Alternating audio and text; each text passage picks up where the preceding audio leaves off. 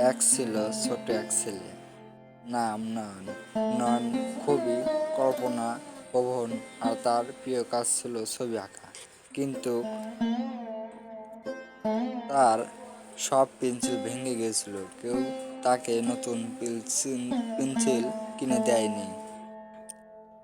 একদিন স্কুল থেকে ফেরার পথে নয়ন দেখে একটি পুরনো দোকান।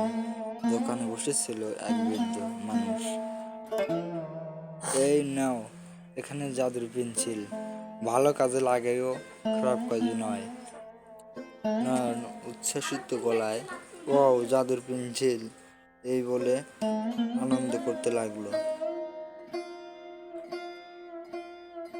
নয়ন আনন্দ সুরে সেদিন রাতে আঁকালো একটি খরগোশ। সেই খরগোশটি সত্যি হয়ে ঘরে লাফাতে লাগলো।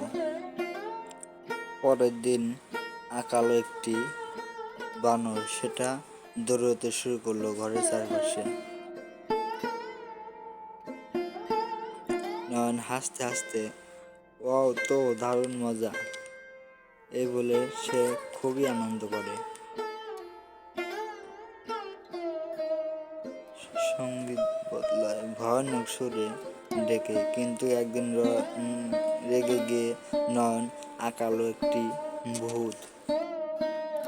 ভূতটি আসলো বেরিয়ে বেরিয়ে এসলো কাগজ থেকে। ঘর অন্ধকার, হাওয়া, শস্য শব্দ।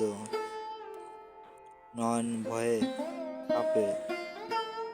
আমি ভুল করছি, দয়া করে চলে যাও এই বলে সে চিৎকার করে। আর আলোর ঝিলকানি সব স্বাভাবিক হয়ে তখন সেই বৃদ্ধ লোক আবার হাজির হলেন।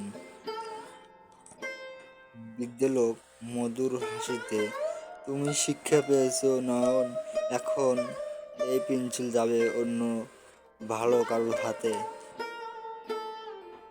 সেই থেকে নয়ন আর কখনো খারাপ কিছু আঁকেনি। সে এখন ছবি আঁকে সবাইকে আনন্দ দেয়, সাহায্য করে। জাদু থেকে শুধু ভালো কাজ নয়নের মতো।